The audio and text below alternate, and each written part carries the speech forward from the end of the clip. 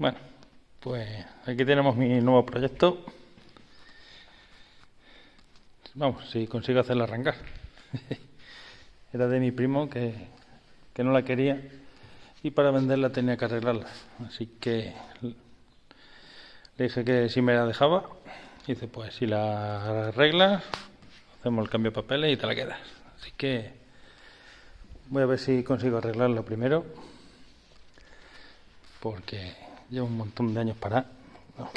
Encima estaba con el contacto dado. No tiene ni líquido en los frenos.